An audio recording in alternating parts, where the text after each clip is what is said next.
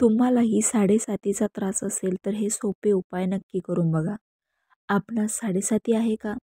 त्रास कमी होण्यासाठी हे उपाय नक्की करा. ज्यांना साडेसातीचा त्रास असेल त्यांच्यासाठी अत्यंत सोपा उपाय.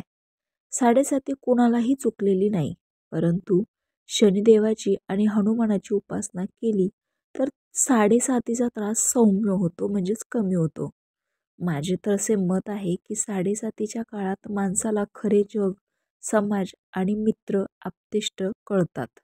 साडेसातीच्या त्रासात आपल्यावर संकट अडीअडचण आली की जिवलग मित्र, प्रेम करणारी व्यक्ती आणि अगदी नातेवाईकही त्यांची खरे रूप दाखवतात. म्हणून साडेसाती कधी कोणाचे वाईट करत नाही, त्या उलट आपले कोण परके कोण याची जाण करून देते आणि संकटाचा, अडचणींचा सामना करायचे सामर्थ्य, बळ देते. अशा अडचणीत जो माणूस ठामपणे सकारात्मकतेने जीवनात सामना करतो तोच आयुष्यात काहीतरी चांगले करून दाखवतो. म्हणून साडेसातीच्या काळात घाबरू नका. शांत संयमी राहून मंत्रोपासना करा.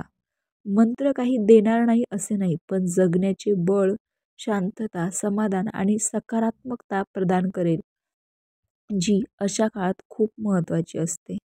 शुक्रवारी सकाळी स्नान वगैरे करून देवासमोर दिवा अगरबत्ती लावावी.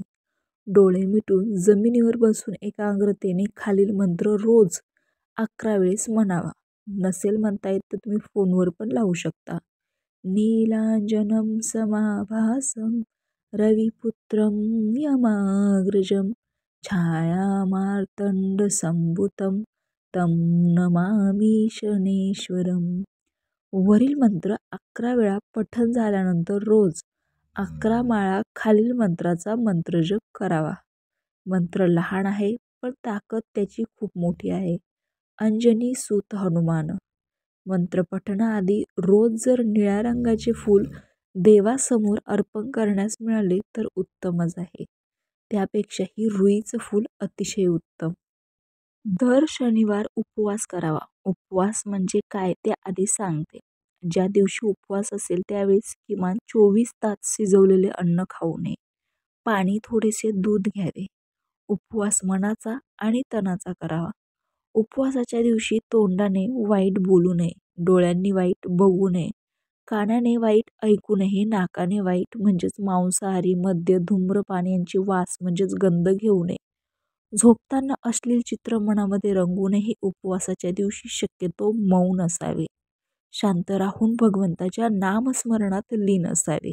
साडेसातीच्या काळात खजूर खाऊ नये व दर शनिवारी व्रतस्थ राहावे. दर शनिवारी हनुमान किंवा शनी मंदिरात जाऊन मंदिरातील दिव्यामध्ये तेल अर्पण करावे.